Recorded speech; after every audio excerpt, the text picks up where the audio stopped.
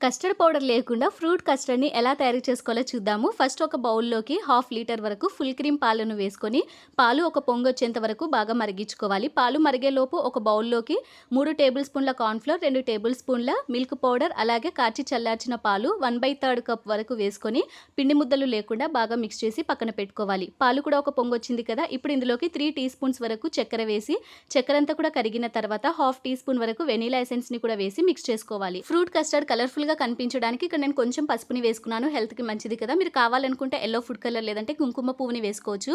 అలాగే మనం మిక్స్ చేసుకున్న కార్న్ ఫ్లోర్ మిక్స్‌ని కూడా వేసేసుకొని ఒక 2 నిమిషాల పాటు బాగా కుక్ చేసి స్టవ్ ఆఫ్ చేసేసి ఈ బౌల్‌ని పక్కన పెట్టుకొని, పాలను పూర్తిగా చల్లార్చుకొని దీన్ని ఒక మిక్సింగ్ బౌల్‌లోకి వేసి మూత పెట్టేసి ఒక గంట సేపు ఫ్రిడ్జ్‌లో పెట్టుకోవాలి. గంట తర్వాత మీకు నచ్చిన ఫ్రూట్స్‌ని వేసుకొని చల్లగా సర్వ్ చేసుకోవడమే. సో అంతేనండి, చాలా సింపుల్‌గా ఇంట్లో ఉండే వాటితోనే ఫ్రూట్ సలాడ్‌ని ఎలా తయారు చేసుకోవాలో చూసారు కదా! ఈ వీడియో మీకు నచ్చితే ప్లీజ్ అండి నా ఛానెల్‌ని సబ్స్క్రైబ్ చేసుకోండి. Thanks for watching.